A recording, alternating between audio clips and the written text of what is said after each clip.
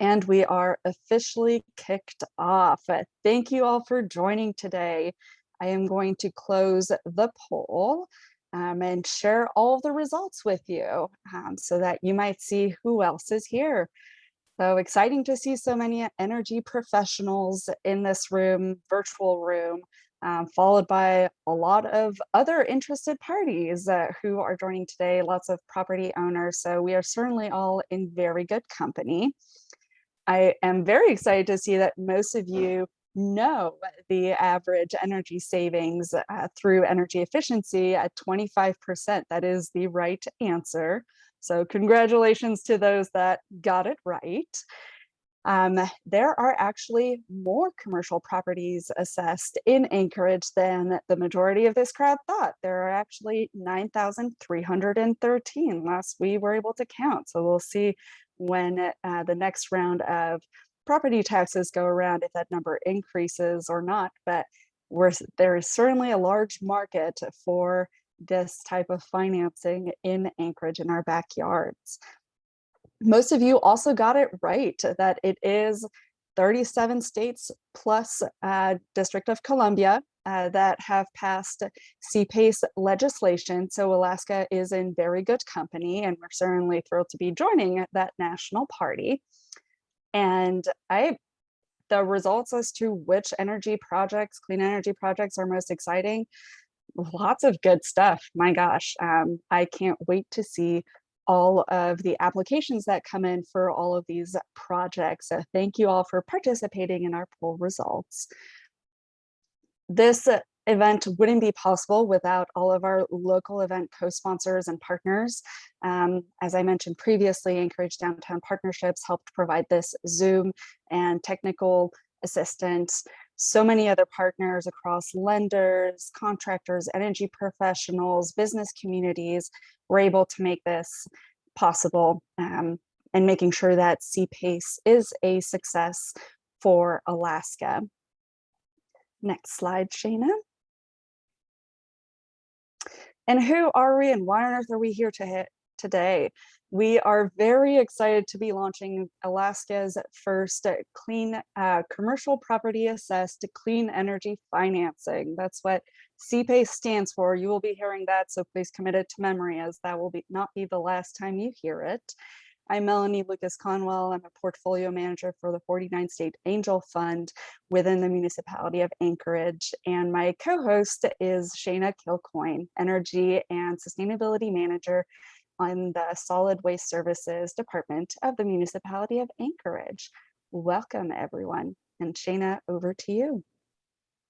Okay, thank you so much, everybody, for coming and spending your lunch hour with us. I welcome you to eat, even if you're on camera. It's totally okay. So my background is in energy, not finance. So I've learned a lot during the process of developing this program, but our finance director is in the meeting and can interrupt me if I say something incorrect. We have a variety of sector representatives that we just saw, and based on registrations, a variety of knowledge of CPACE. So I'm going to try to hit some high level as well as some detail, and hopefully I will be able to get everybody in the same place as far as understanding how the program will work. So CPACE is a government policy that says commercial energy efficiency and renewable energy projects are a public benefit, like a sewer or a road extension. Our state statute passed in 2017, and this allowed tax assessing jurisdictions to create a program. Anchorage passed our resolution in September and an ordinance in October, putting PACE into our code. Any other tax assessing Alaska jurisdiction can do this. We got some of those questions on the registration. The templates are all entirely available on the state CPACE website, courtesy of PACE Financial Servicing. And of course, Anchorage's documents are available as well. It took many actors to bring this program to Alaska, and a number of you are on this call today. So I'll ask that you please use the Zoom reaction party hat if you're one of them, so we can see who all has been involved already. You just hover over the little reaction face. So, oh, awesome. A lot of experts. So I have many options to phone a friend throughout this presentation if I need to. Great. So, who's been involved in this so far? Well, Alaska Energy Authority kind of took the reins once the state passed the statute. That's our state's energy office, and they helped put together a PACE advisory committee. This committee is made up of broad stakeholders, municipalities, boroughs, who started to kind of develop the program. Through this advisory committee, AEA was able to apply for and receive a Department of Energy grant to help move us forward.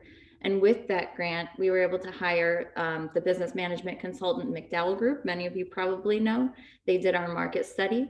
And then AEA also hired Pace Financial Servicing, or PFS, which does CPACE program design, implementation, and administration. So they've been helping us throughout the entire process. So I want to add that while Anchorage is the first jurisdiction to launch the program, we worked with this broad advisory group to develop it so that it would work statewide. So all of the documents are not only available to other jurisdictions, but we actively encourage other jurisdictions to adopt this program. Our goal is to keep it low cost and simple and standardize the program. That way, property owners, lenders, energy professionals really just have to understand the one set of rules no matter what jurisdiction they're in. As we go along, I will try to limit this, but there will be some definitions and acronyms that you might have questions about. We have a cheat sheet on our website, and I don't hesitate to ask for clarification in the chat box throughout. So Property Assessed Clean Energy, or CPACE, is an innovative finance program that enables owners of commercial and industrial properties to obtain low-cost, long-term financing for energy efficiency and renewable energy projects. And then they can pay that cost back over time through voluntary assessments on the property tax. Generally, as with other property assessments in Alaska, the assessments under a PACE program is secured by a lien on the property until it's paid back. This is something that we already do. In Anchorage, our Anchorage Water and Wastewater Utility does special assessments for water-related improvements. And so it's something that we're familiar with. We're doing this one a little bit differently, but it's something that most of our jurisdictions already do. This improves our underlying building stock, it reduces our energy costs, and it uses entirely private financing. So all financing will come from private lenders. This spurs economic development and local jobs really at a time that we need them most. So most of what I'm going to review today is in the program handbook, which can be found online, and we'll make sure that you have those websites. So what makes CPACE special? Well, it avoids the upfront cost barrier. You can invest without any money out of pocket. You can roll in hard and soft costs to the loan, including engineering, permitting, inspection, even financing. And maybe you have the cash on hand. I saw a lot of people were looking at HVAC upgrades. Maybe that's something that you can pay for with cash. You want to replace your old boiler. Well, you can definitely do that. You can use your own capital. You will then have a cash flow hole from the start. So over time, because you have no interest costs, it is going to be a cheaper project. What PACE does is allows you to conserve that cash and use it for other purposes. So you can determine the most advantageous purpose for your cash. As you'll see throughout the presentation, CPACE reduces risk for lenders. Because it's longer term, you can get good interest rates. This can help a project pencil out. And when I say long term, the 20 years is the maximum, or the length of the project, whichever is shorter. That's in our state statute. So 20 years or the length of the project.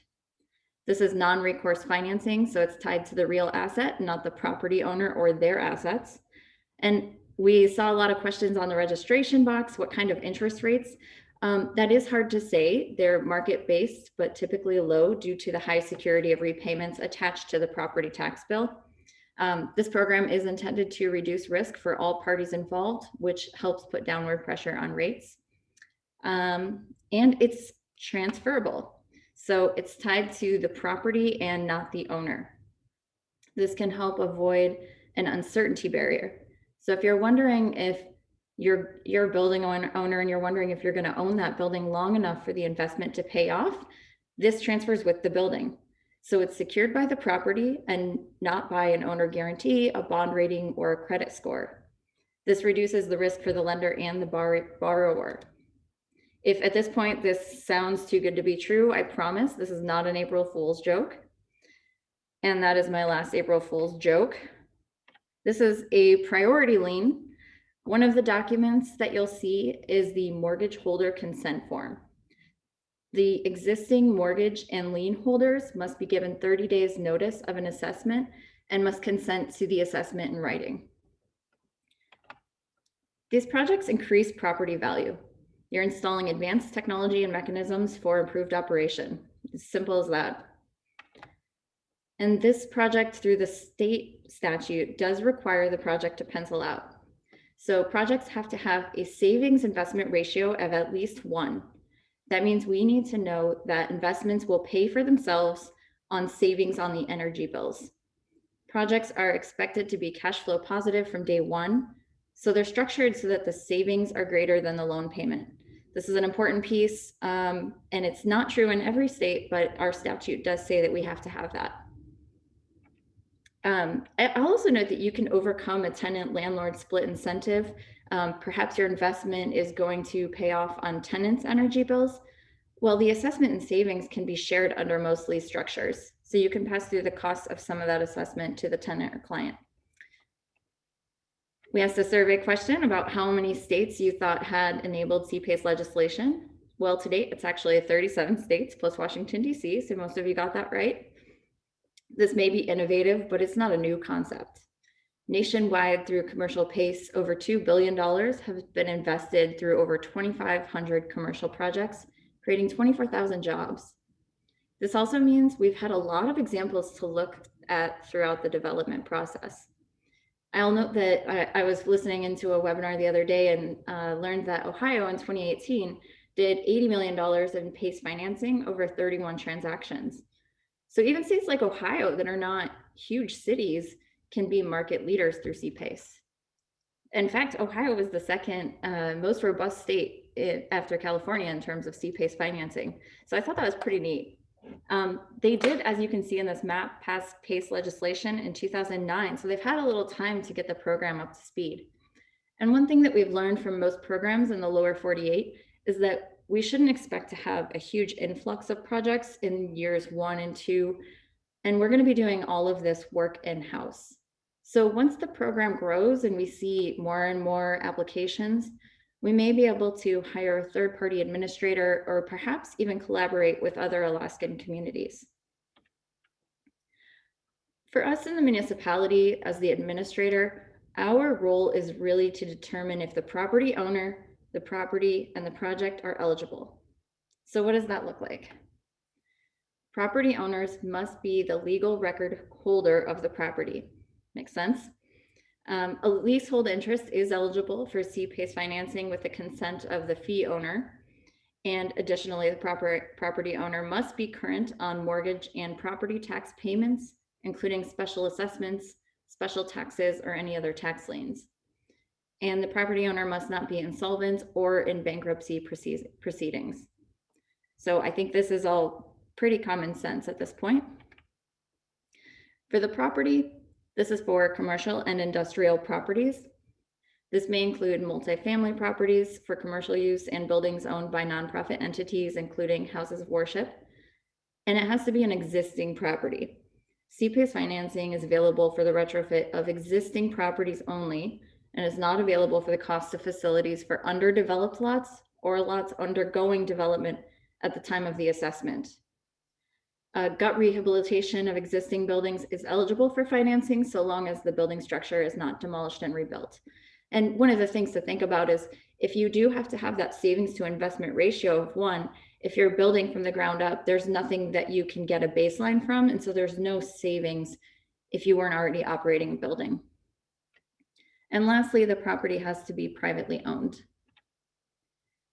As for the project, the installation or modification of permanent improvements that are intended to reduce energy consumption or demand, energy costs, or emissions affecting local air quality are eligible. The language emissions affecting local air quality is in the statute, and it is an important piece But again, you have to be able to show those energy savings in order to be eligible. So really dialing in on the energy savings, the monetary savings is going to be an important part of the application. So the projects could include products or devices that use energy technology to generate electricity, provide thermal energy, or regulate temperature. These are permanent projects, so eligible improvements that can't be easily removed and remain affixed or attached to the property during the term of the PACE financing are generally considered to be permanently affixed. Things such as shading devices or lamps then would not be eligible. There's the savings to investment ratio that I've mentioned. So over the life of the assessment, the projected savings to the property owner must be more than the financed project. And remember that if you're adding in soft costs such as inspection or permitting or financing, your savings will have to cover those as well. We have a maximum financing amount. So the CPACE project may not exceed 20% of the assessed value of the property at the time of the application. Now, we do have a possible waiver here where you can go to up to 50% of the assessed value of the property at the time of the application. It's a pretty simple justification form that you would need to fill out. But this is pretty basic. If your building is worth $1 million, you can apply for a project of up to $200,000 without the waiver. So the property owner should know if they meet these requirements when they submit the application. I'll get to the technical requirements in just a minute, or technical guidelines. The guidelines help determine if the project is eligible, what kind of annual savings can be expected, etc. And so the property owner really should not have questions as to whether the application is going to be accepted. If they do, they can reach out to the administrators at the municipality. So the Office of Economic Development and the Division of Energy and Sustainability, as well as Melanie at 49th State, to see if they're developing their scope before submitting the application. I'm going to go through a list quick of eligible improvements. This includes these projects, but is not limited to high efficiency lighting upgrades, automated building and HVAC controls, variable speed drives, high efficiency chillers, boilers, and furnaces, high efficiency water heating systems, combustion and burner upgrades, commercial grade appliances such as refrigerators and freezers, heat recovery and steam traps, building enclosure and envelope improvements, building management systems, and renewable energy systems. I saw a lot of lighting, HVAC, building energy management, renewable energy chosen as some of the projects you're most excited about. Well, so are we, and we're curious to know what projects you're looking into to finance and grow this list. I want to talk about the benefits of energy efficiency quickly. It wouldn't be a presentation from me if I didn't talk about how great energy efficiency is. If you're still thinking of the squiggly CFL light bulb, we are done with those. The technology is much beyond that. So research actually shows that the #1 reason to take action on energy efficiency is for health and safety. So we talk a lot about energy and money savings, but people believe that energy efficient buildings are healthier. And you can market that. Are your employees more productive because they can see better? What about customers? Does new outdoor lighting help make people feel safer? And as some of you guessed earlier, energy efficiency measures can reduce energy costs by an average of 25% in Anchorage. According to the Anchorage Energy Landscape and Opportunities Analysis, it is conservatively estimated that cost-effective retrofits will result in energy savings of 20% and operation and maintenance savings of 5% for private, commercial, and industrial facilities with a simple payback on investment of 7 years. So that's pretty good. The operations and maintenance savings is the technology just works better. It needs less maintenance. Lighting, for example, much longer than the old T12s and T8s. I am seeing a lot of CPACE project examples from the lower 48 that are actually even much higher than this, even 40% or more in energy savings. So Can you imagine saving 25% on your energy bills? What could that do for your business? For businesses and property owners, do you know what you're starting with? Do you know what your energy bills are to begin with? For developers and contractors, are you targeting the energy savings potential for property owners? And for lenders, would you feel better about a loan if you knew that that borrower is now saving 25, 35, 45% on their monthly energy bills? I hope so. I will say that switching to LEDs and high efficiency lighting is a no-brainer. So please start here if you haven't done so already, with or without CPACE, though I hope you consider using CPACE. And I'll encourage you to look beyond that for a project with bigger, longer term benefits.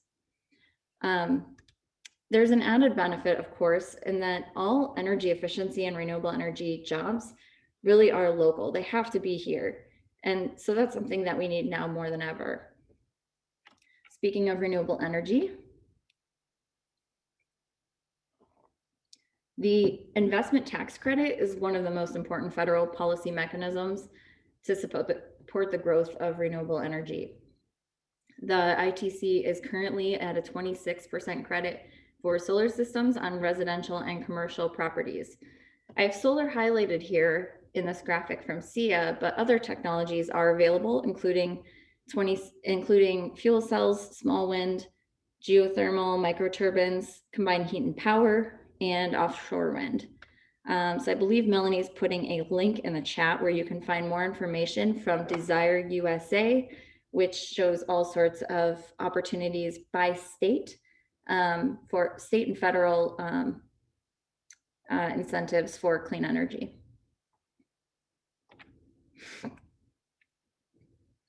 Okay, technical requirements, the fun stuff. As a reminder, this is all in the handbook. You're welcome to open the handbook and follow along. We'll talk from the property owner's perspective, since they're doing a lot of the lead work, and for other parties, what you should know what the owners are doing during this time. And before you get too excited about applying for something other than the PFD, this needs to happen first. So you'll need to hire an independent auditor for an independent energy audit of the facility. This is a level 2 ASHRAE audit. This provides a review of the energy or emissions baseline conditions and projected reduction in energy costs, energy consumption, or demand. The energy audit will help determine your scope. The property owner, capital provider, contractor, and/or developer will likely work on this together. With the application, a certificate of eligible improvements is required from an independent energy auditor, certifying that the eligibility of improvement for a CPACE financeable energy improvement project. And so they're saying, you know, here's the project. We certify that this is an eligible improvement. And the level 2 audit does add costs to the project, but it helps the property owner better understand their options and develop the project scope. Maybe initially they were just looking at an HVAC upgrade and had to get the level 2 audit and saw that they have many other opportunities for a bigger project and bigger savings. So this is in accordance to our state statute, and it helps to reduce the risk to all parties. The certificate of eligible improvements includes the calculation of the savings to investment ratio, or SIR, and this demonstrates that the projected monetary savings to the property owner resulting from the financed upgrades will pay for themselves over the life of the project. And the audit itself must be submitted to the property owner, but will not be included to the city as part of the application package. That's not something we need to see. Once the project is complete, number 4 here, the auditor will provide verification that the energy improvement project was properly completed and is operating as intended.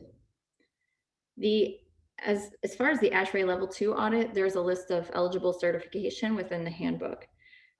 So once you've done your audit and determined your scope and agreed upon your terms with your lender, you're then really ready to submit the application. And in creating this program, we did have a lot of questions. So for you property owners that call, please reach out so we can walk you through all of this. Okay, so you've gone through the rigmarole of developing a scope. And so the property owner is ready to apply. The property owner and capital provider will enter into a financial agreement mutually decided on and executed by both parties. They specify the terms and rates of the financing. So that part is just like normal. Then the financing terms are reflected in the agreements between the municipality and the owner, the municipality and the capital provider, and the notice of contractual assessment lien, which is recorded on the property records. The qualified contractors will then install the project, and that again will be verified. And then the CPACE assessments are billed and collected by the municipality along with property taxes. So just like you get your property tax bill, you would then get a CPACE assessment. Oh, I'm behind. Once that's collected, the municipality will take its administrative fee and remit the payment to the capital provider, which was already stipulated in the capital provider contract. You'll see all of these documents listed within the handbook and on the state website.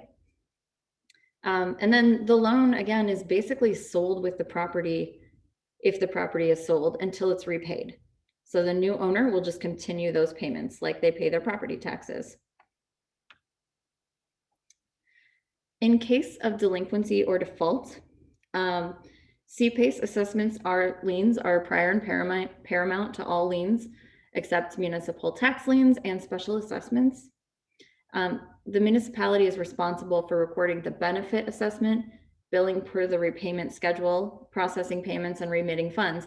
We are not guaranteeing the collection of funds. The municipality will enforce any delinquent assessment in the same manner as a property tax lien against real property. And this is per our state statutes. Once the property is sold, a loan is sold with it. So I just mentioned this, how it transfers. And then the owner will make new payments and any penalties and interest.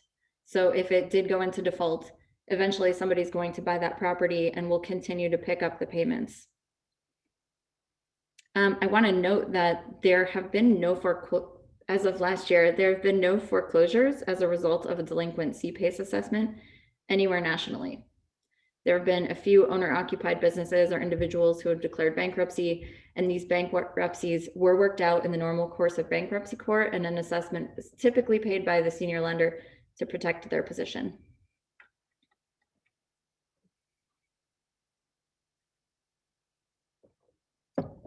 I've mentioned that CPACE utilizes our existing method of levying and collecting payments. Added costs are expected to be minimal in the early stages of the program. We expect to use nominal staff time from staff already employed, and they'll review the applications to levy the assessment. So this program is anticipated to be revenue neutral. So these fees here are intended to offset our costs of administration. These may change over time as we learn what it costs to operate the program. We understand that these are some of the lowest fees in the nation, but that's what we want to do to get this program off the ground and to offer the program to our residents. The annual fee, 0.5% of the property's tax payment, that's the annual payment. So that will go down year after year. CPACE during an economic downturn is an important source of credit, an important source of financing, especially if you're maybe not eligible for an investment grade loan. So if people are looking to implement deferred maintenance to their properties, this could be a good way to do it. And it helps complete capital stacks for projects who are tapped out with their existing lender. I understand that in some places, CPACE can become just kind of a standard piece of the capital stack. One thing that I did hear recently or read from a report from Colorado is that they're actually in the past year during the economic downturn are seeing even more applications and more inquiries to CPACE. And when digging into what that was about, you know, small and mid-sized businesses, especially all businesses right now, are working to tighten their belt. And so this helps save money. Also, contractors were really pushing this and trying to get more projects in as a way to grow business. I've spent a lot of time talking about benefits for property owners, but there are benefits for other participants as well. For mortgage holders, this improves the senior lender's collateral value. It increases cash flow, and the assessments, I don't know if I mentioned, are non-accelerating. For contractors, and this is an immediate secure project financing for services. You avoid using your own credit to fund projects, and this can unlock projects that were previously locked due to lack of finance.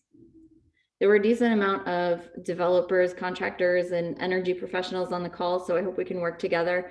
My understanding is that this group has been one of the most important drivers of CPACE in the lower 48. So I hope to work together with you on that. For communities, we love CPACE. This can help meet our clean energy standards. Anchorage does have lofty goals as a part of our climate action plan, and 46% of our emissions come from buildings and energy. Sorry, just buildings.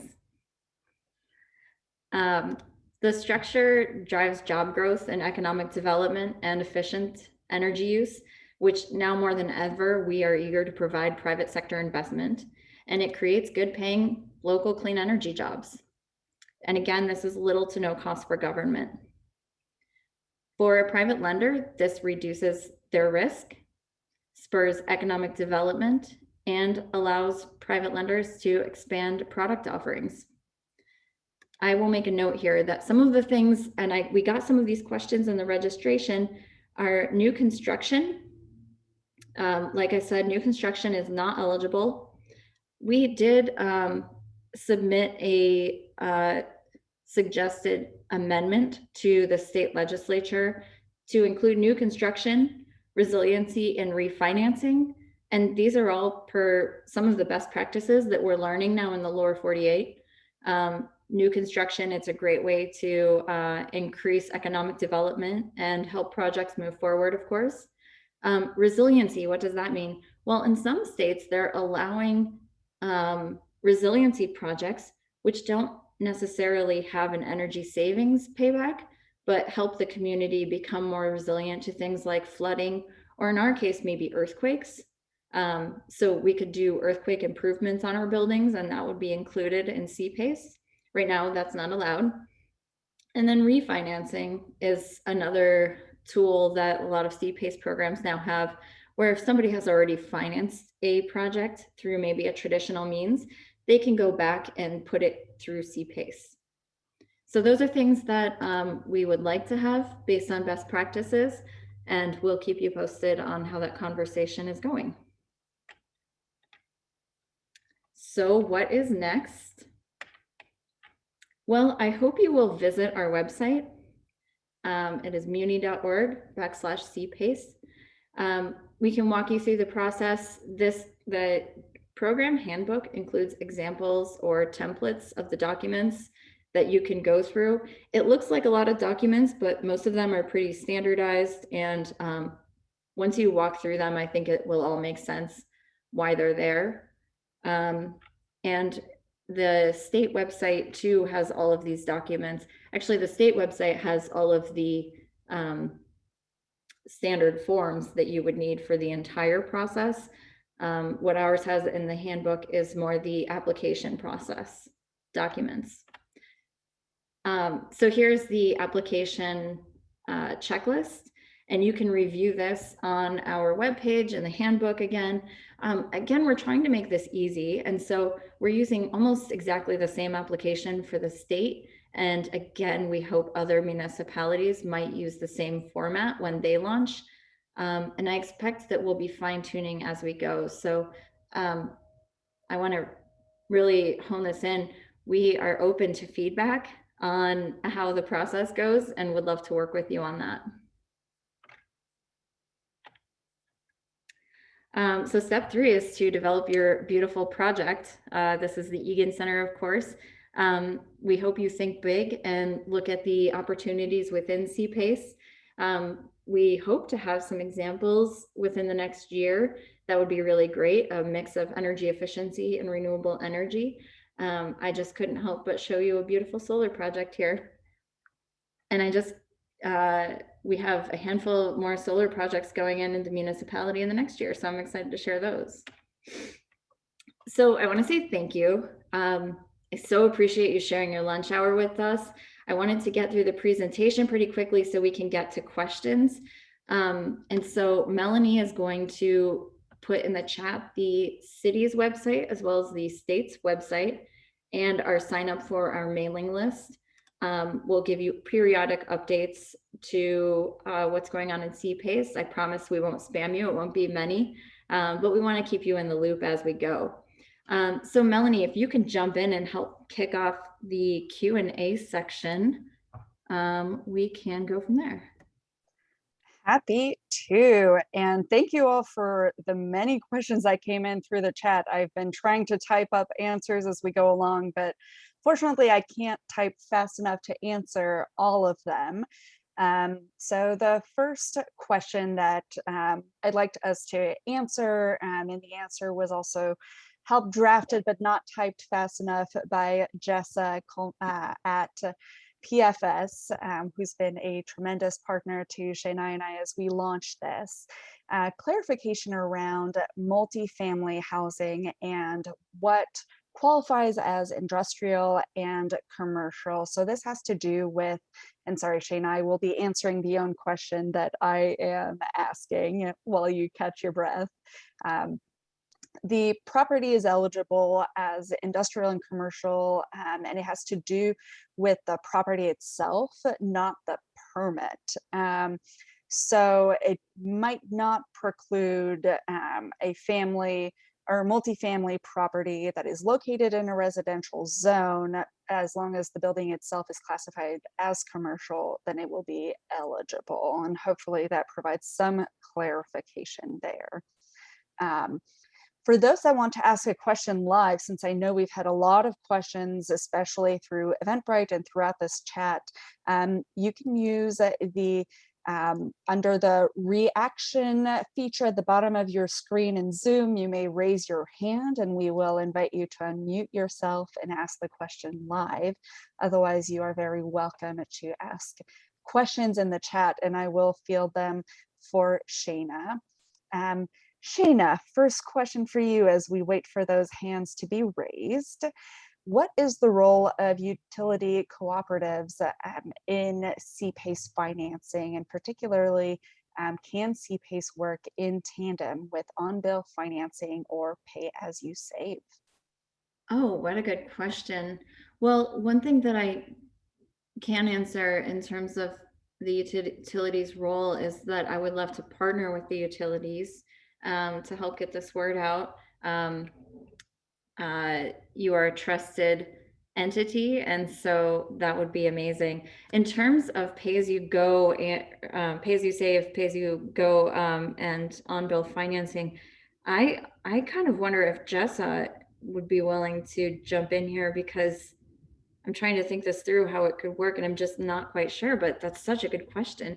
For those of you who don't know, on-bill financing is simply that you can finance an energy upgrade in your home. I think that's usually focused on residential, and basically pay it back through your energy bill. And so you'll see energy savings, but you'll be paying for the upgrade. Hi, everyone. This is Jessa Coleman from PFS. I'm happy to jump in. So the short answer is that they're not specifically prohibited from working together.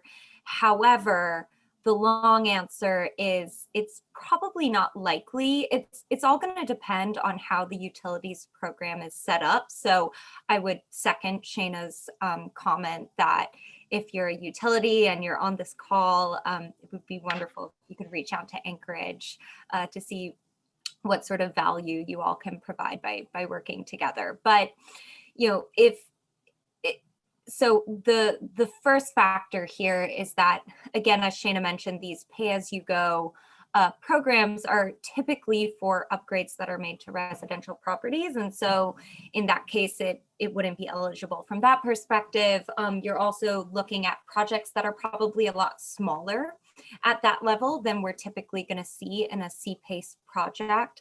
I would say the lower, now there's not a program minimum level for CPACE financing, but most capital providers across the nation don't usually go smaller than $100,000. Now, depending on who the capital providers are that are operating in the Municipality of Anchorage, you might have local lenders who are willing to work on those smaller projects, but that's one consideration. And then the other consideration is who owns the improvements and who is paying for those improvements. So in many respects, you can think about CPACE as sort of a corollary to a pay-as-you-go system. The difference being that rather than paying the utility over time, you're paying the CPACE capital provider over time, but the structures are very similar in that the PACE capital provider is, financing these improvements up front, and then the property owner / borrower is repaying those on their tax bill over the long term in, more manageable increments. So I think probably you can sort of explore more detail there with the utilities located in Anchorage, but they're probably going to be separate programs. Thank you, Jessa, for allowing me to put you on the spot. Always. Thank you. And Shaina, would you tell us about contractors and what the process might be? Is there a qualification process? How do we work with contractors? Contractors, same thing as utilities. We really want to partner with you. And we have seen other programs do kind of contractor kind of certification. And we're definitely are looking at this with lenders and potentially contractors. And it's just basically you sign a statement saying, okay, I've read the CPACE handbook and I understand it. And the idea there is that we're all kind of playing from the same page, and we don't have contractors who are out there trying to sell a product that they're not really sure about. So what we want to do with contractors is have a relationship, make sure that we answer your questions and make it a very clear program. Maybe work on some marketing materials with you so that you can help get the word out to your clients, especially those that maybe need to fill a part of their capital stack. So we are talking about maybe doing a it's not a certification, I can't think of the term that I want, but kind of an agreement that you understand the program. Just so that we're just kind of all on the same page. And I'd love your feedback on that, and as well as other ways that we might work together. And I'm going to just say, Jessa, feel free to jump in on any of these, as well as Alex. Thank you, Shaina. And we will also add to that being a government entity administrating this program, we are working very lean so that we can administer as many of these loans as possible. Thank you, Alex, for the positive affirmation there. That we are trying to streamline this process so that we can process as many applications and as possible and bring this program to Anchorage and to all relevant parties. Please reach out to us, especially contractors, energy professionals, reach out to us. We will happily walk you through all of this so that you might be able to work with potential customers and start marketing that yourselves. All right, Shaina, for our next question, mildly related to this, do you have a range for the average cost of a level 2 audit for a commercial property? And Jessa, perhaps you might have some experience from outside Alaska as well, or if there are any energy professionals on this call that want to chime in the chat, you're more than welcome to. I don't think I'm comfortable giving a range. I will say, as far as anything goes where you're going to be spending some money for a service or a product for your business, you could get a couple of quotes and ask around. And that's not something that the city is doing right now, is making recommendations on who could do that. Yeah, so this doesn't fully answer your question. Yeah, I'll just jump in here.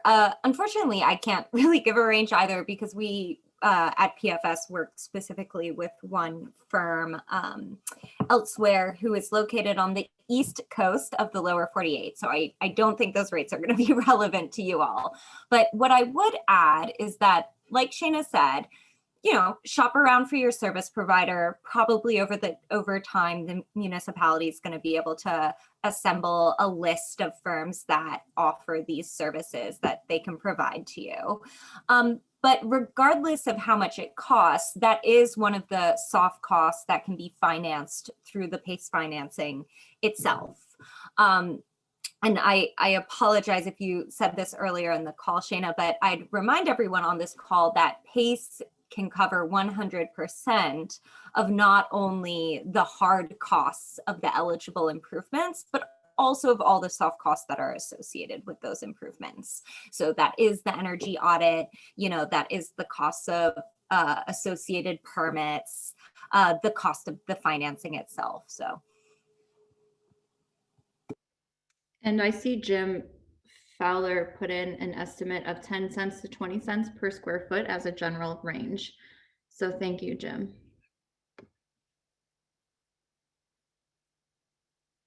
You're welcome. And Jim, is there anything else you want to add verbally to that effect for all the folks on this call who this might be their first time dealing with ASHRAE Level 2 audits? I don't know that I can add much in a real general way, but yeah, from the standpoint of audit costs, it depends on the type of facility. Medical facilities cost quite a bit more than office buildings because of what's going on. The audit can be targeted to the upgrades that you're interested in financing through the CPACE program, or it can be comprehensive, and then you can pick the upgrades based on their savings to investment ratio or their ROI. There's a bunch of different ways to approach it. Again, one of the things I like about the requirement to have a full level 2 audit is you might just be thinking that you want the HVAC upgrade or one thing or another, and learn that you have a lot more opportunities for bigger projects that improves your building in a much broader way. And sometimes you can couple up the faster return upgrades with the slower return upgrades to get an SIR of 1 or better. So it's a way to do some longer term kind of envelope improvements, a way to finance that type of improvement, which typically has a long payback. Maybe you couple it up with some lighting or some ventilation upgrades so that you can get an SIR of 1 or better. Thank you, Jim. And for those that might not have already opened the vocabulary and definitions cheat sheet on our website, SIR refers to savings to investment ratio. So the next question that has been asked is, are there examples of loan fees and rates that property owners might expect? And I know mildly the answer to this, and I know that this is the big question, but Shaina and others, if you don't mind answering. Loan fees and rates, it's hard to say. That's going to be, a conversation with your lender and the property owner.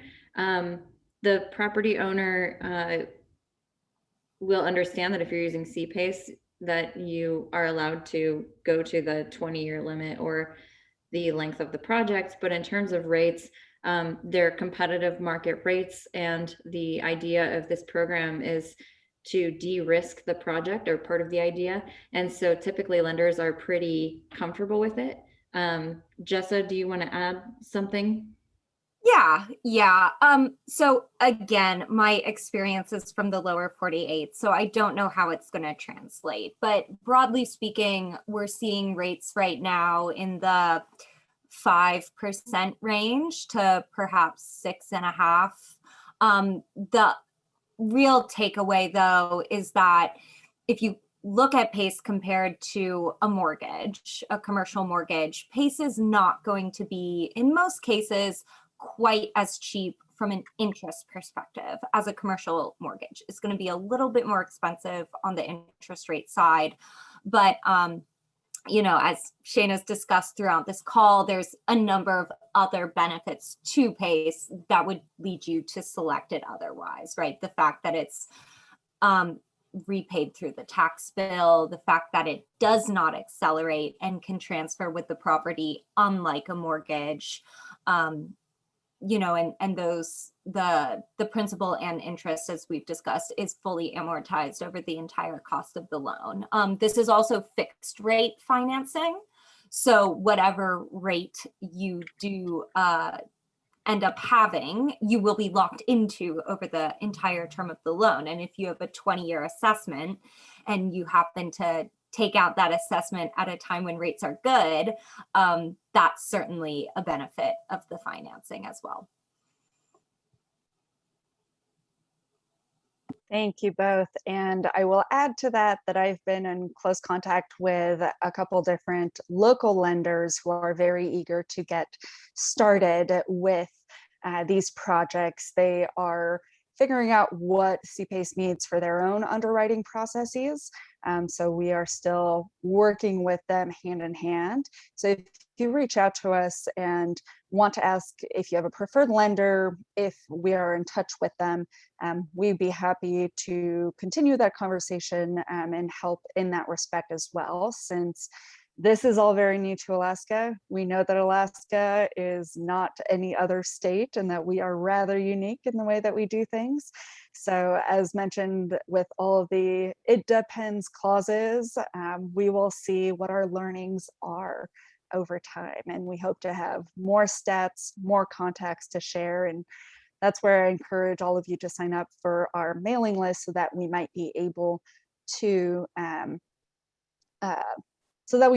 share this information as it happens. All right, next questions, Shaina. So the last questions from Jeffrey Eads, is there a surcharge for prepayments? And then the next question is, what about ITC or presumptions that ITC can be handled?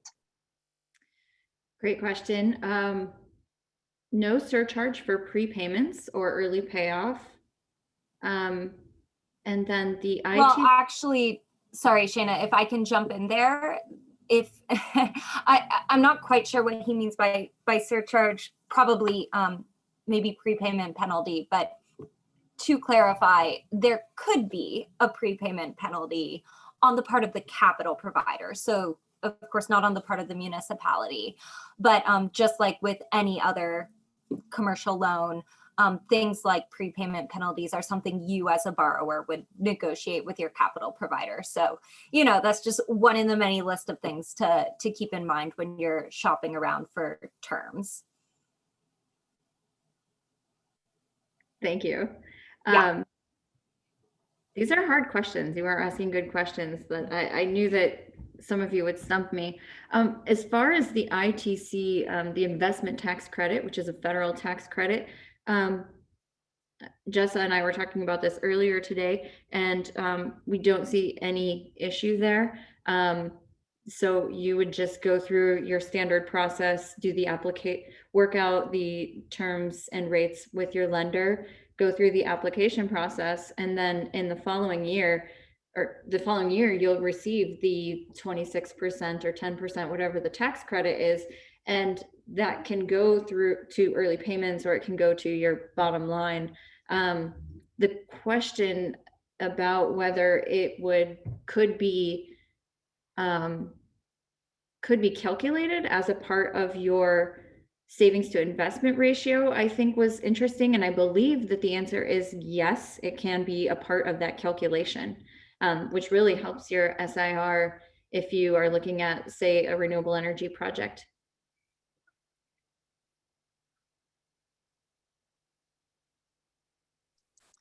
Thank you very much.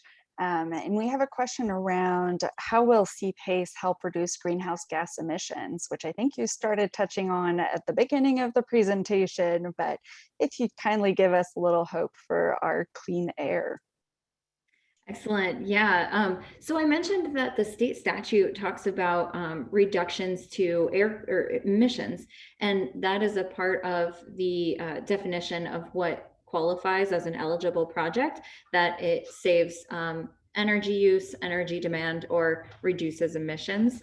And that's a huge benefit that we hope to see through CPACE, is that by installing energy efficiency projects, by adding renewable energy to our buildings, we will then see a reduction in energy use.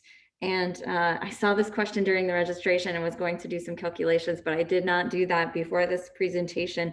So I don't have any sort of estimates for you, but if we're looking at our emissions, 46% coming from residential and commercial buildings, and about half of that coming from commercial, including industrial, and an average savings of 25%. I mean, it's a pretty big chunk of reduction in emissions that we could see through commercial energy upgrades. And again, that it would be a huge help in meeting our goals for the climate action plan here in Anchorage.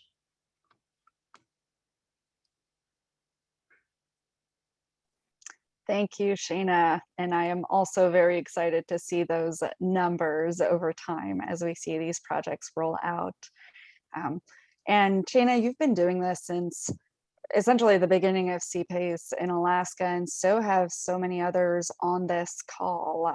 It's very exciting to see some of these long-term partners to make this possible.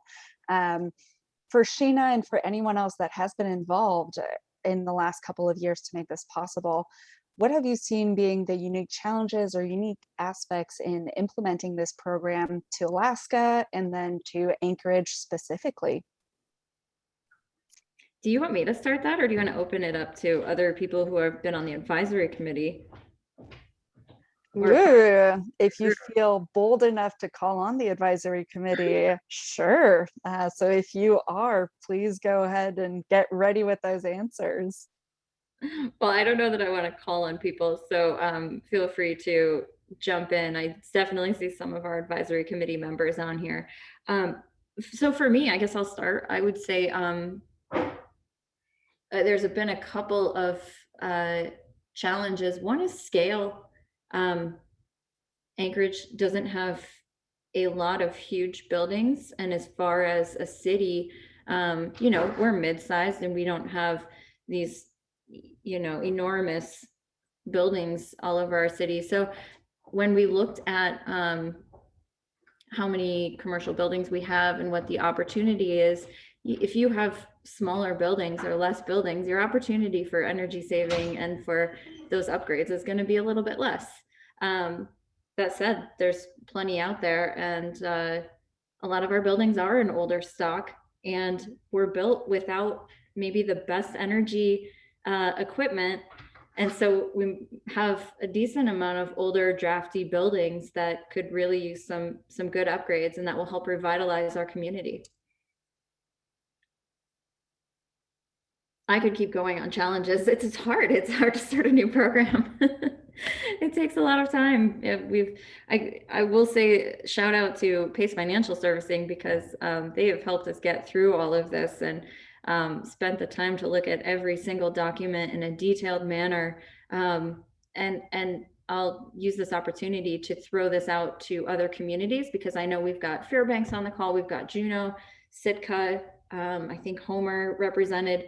If your community is thinking about CPACE, now is the time, because Pace Financial Servicing is still under contract through that Department of Energy grant. And I can't say it enough, but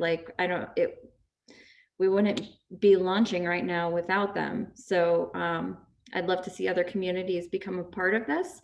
And I'd love for them to kind of work together so that we do have that standardized program. And Amanda Moser with Alaska Anchorage Downtown Partnership says there are lots of opportunities for the downtown buildings, And so she's going to help share this information with property owners. Thank you, Amanda.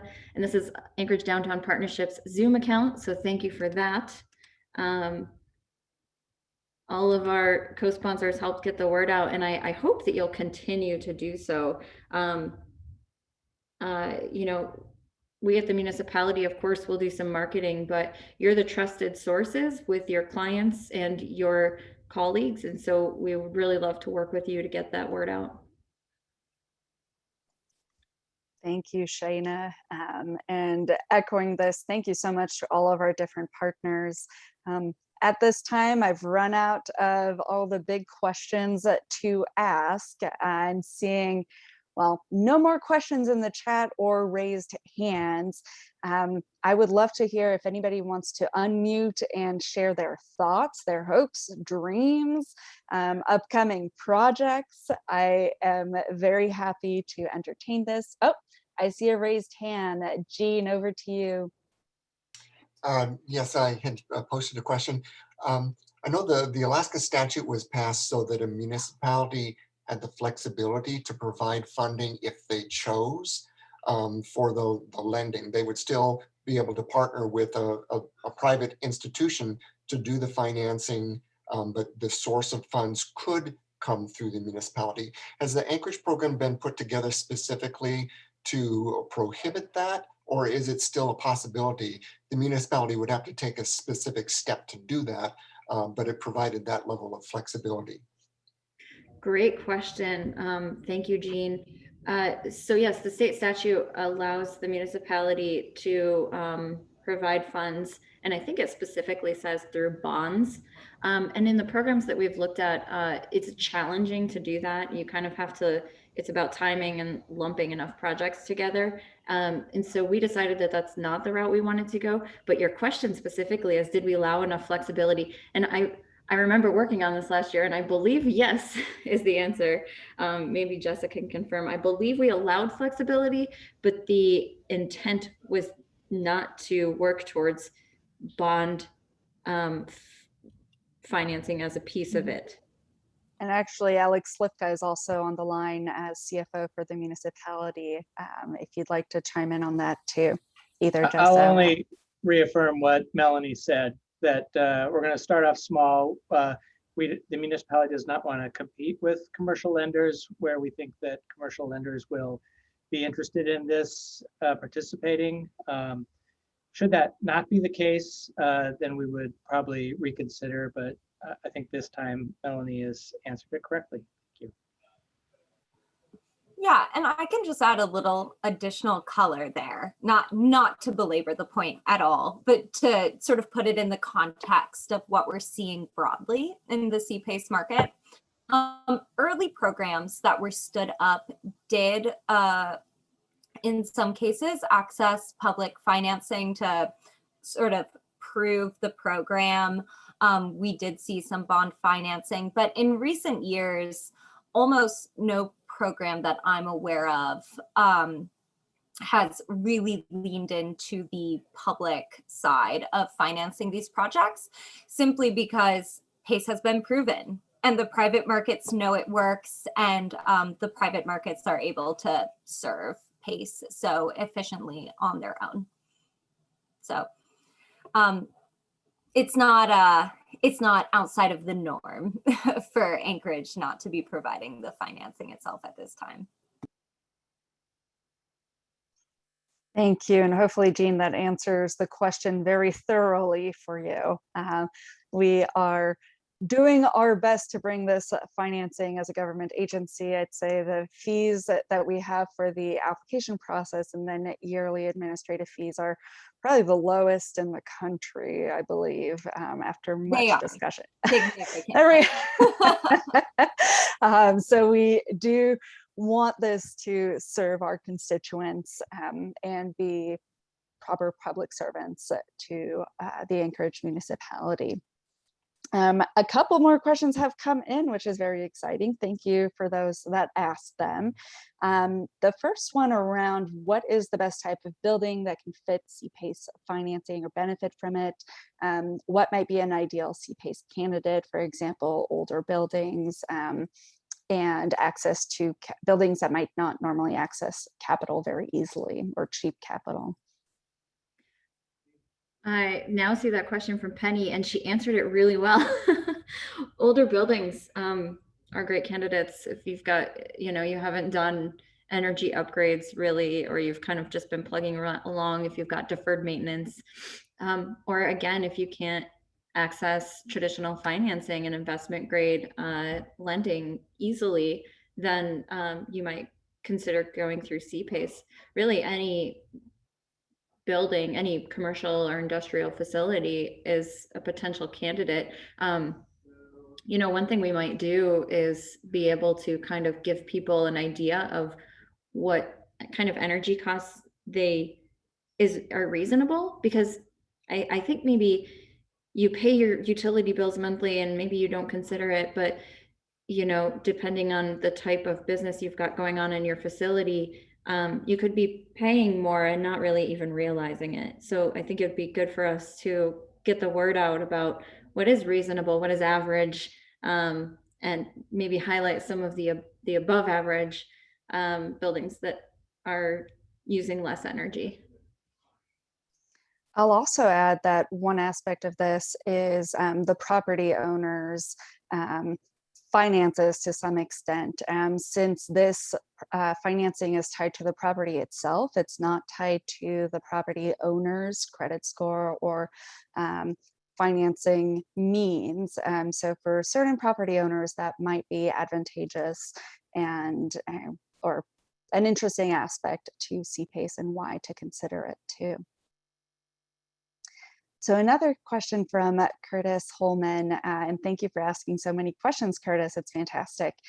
What is the next step in launching in Anchorage, and how can contractors stay in step with their marketing to help push this initiative? Is there additional training available for those that wish to be more involved and educated in the program?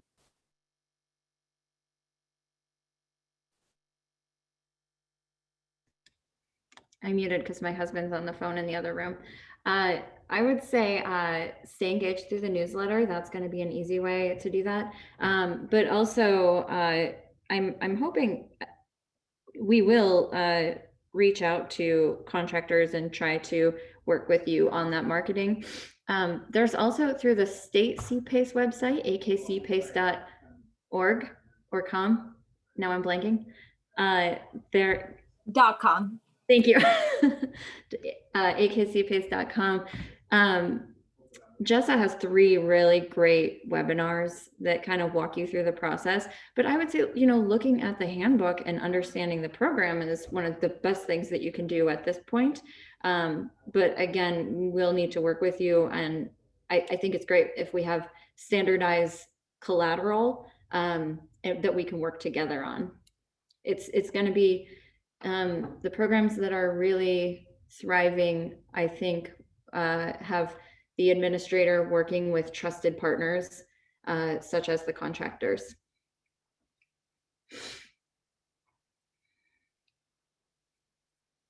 And I've posted the email address and corrected it. It should be cpace@anchorageak.gov in the chat as well. It's Shaina and I responding to those emails, so you're not getting a robot or, well, I don't know, a polar bear answering them. It is very much humans, and the 2 humans whose faces you've seen on this call this whole time.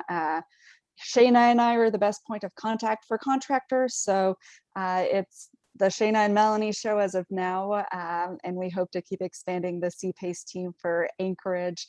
We have a lot of experts behind us to help us make this possible, as we've mentioned, and we are very grateful to all of them, such as Jessa at PFS and their whole team. A lot of fantastic support there. And Penny asks if a tenant wants to have CPACE but needs to convince the property owner, what resources steps might you recommend? Are there case studies for how much a building can save in Alaska, for example? We do have, there's a flyer for property owners. You could start there. What a good question, getting asked by your tenant, the tenant wanting to see some improvements is a great way to encourage them. So there's a flyer on both of these websites that you might give to the property owner. We can provide case studies from the lower 48, but we don't have any in Alaska yet since we're just launching. And then we could do more to share the kind of average 25% savings that I mentioned from the Anchorage Energy and Landscape and Opportunities Analysis. That has much more information to back up those fairly conservative figures. So yeah, we can certainly get that to you. I'll also add that a tenant might approach their landlord or property owner through the lens of energy savings and asking about their energy uses, electricity usage, and asking about what initiatives, how are the property owners thinking about reducing those energy rates, since Alaska, I believe, has the second highest electricity rate in the country. So we certainly are very dependent on our energy and electricity sources, and however we can reduce those costs and, well, frankly, make more sustainable energy sources and resilient energy grids, that is highly beneficial. I would just add briefly that if it's a tenant who's interested, then the first question that they need to answer is whether they have a triple net lease with their landlord. Because if they do, then the landlord can pass through the PACE payments to the tenant, and therefore the tenant is the beneficiary of the improvements, but also the one who's paying for them. And so that's, really the easiest way to make the case. Because then the landlord is also benefiting from an improved property with a higher value that they didn't have to pay for themselves. If that's not the case, if there's not a triple net lease and you can't pass through tax assessments, then as Shaina and Melanie discussed, the landlord is going to have to be convinced on the merits of it alone. Thank you, Jessa. All very great points there. So I will also add, actually, so we have another question from Penny. What concerns have capital providers raised in terms of approving these projects? And can you share the names of capital providers who have expressed interest in participating so far? I've been in close talks. I will answer this question and give Shaina another break since I've been in touch with them myself. And some of them are even on this call, and you're welcome to identify yourselves if you wish. We are in talks with the small number of local lenders to Alaska. A lot of great questions. They are not comfortable yet being named single-handedly, so I will keep that for a later time. However, if someone wanted to ask us if we are in talks with a specific capital provider, we are happy to say so, and direct them and facilitate the conversation and direct them through the right point of contact. And the questions that have been raised is really, what is the process? What are the expectations around loan rates? A lot of similar questions to what the property owners have asked us on this call as well. And so we're doing a lot of hand holding, and we expect a lot of learnings to happen over the next couple months as these live cases come through. Since this is the first in Alaska, we are forging the path forward thanks to the help of a lot of nationwide groups. And again, shout out to PFS for being one of those resources and sources of information. But Alaska is different than a lot of other places. Anchorage will be different than Girdwood, will be different than rural Alaska and other municipalities as they implement their own CPACE programs. So we are really trying to handhold and answer questions. And as these projects come through, we will start being able to answer those questions rather than just theoretically share information. So we are all very eager to start seeing those projects. And if you currently have a lender of preference, please reach out to them and ask them about CPACE. And I would be happy to answer their questions if they want to contact us. The CPACE email again is the one that Shaina and I are monitoring. And we are, and I see that Bali Kumar has said that PACE Loan Group is interested in financing projects in Anchorage. Fantastic, great to hear. There you go. We have one that has identified themselves. So please keep reaching out. And this is an open chat box. So if you'd like to throw your contact information in here and in what way you'd like to be reached out to, please do so. We are a small town of Alaska, so let's continue that community that we have. Our next question, Shaina, from Brendan is the fee based on the commercial property tax assessment or after any applicable tax exemptions? Oh, good question. It's going to be completely independent. I think you're talking about the municipal fee, which is going to be completely independent of your property tax assessment, and completely based on the project and the project loan. If I understood the question correctly. Alex, this is Alex. I'll give you an example. Let's say it's a $200,000 project, then you get charged the initial fee plus the application fee. And let's say it's 20 years, so you have to pay 25 grand a year in a payment. Half of 1% is like $125. That would be the fee that we would charge annually.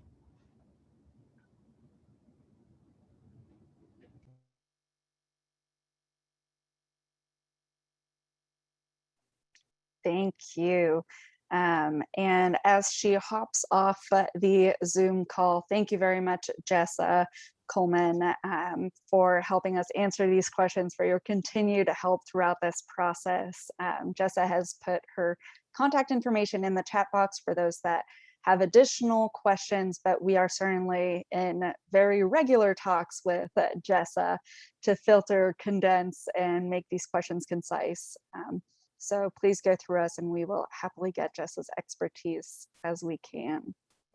Yeah, it's been a pleasure working with the municipality, and I know you all are going to be in wonderful hands with them. So congrats to everyone on launching the Anchorage CPACE program. And I look forward to connecting with you all again soon. Thank you, Jessa. Thanks, And Jess. with that, I see no more questions unless I have missed some. And Jean, apologies that I missed your own question. Complete oversight in the midst of many chats. So with that, I think we can give back the gift of time to everyone on this call. And please reach out to us, sign up. All the resources are on our website that we have mentioned many times. We look forward to hearing all of the great questions that you keep coming up with as you read through the program handbook or the application and the application checklist. And we hope to be in touch very soon. Thanks everyone for joining us. Have a great day. Bye, folks.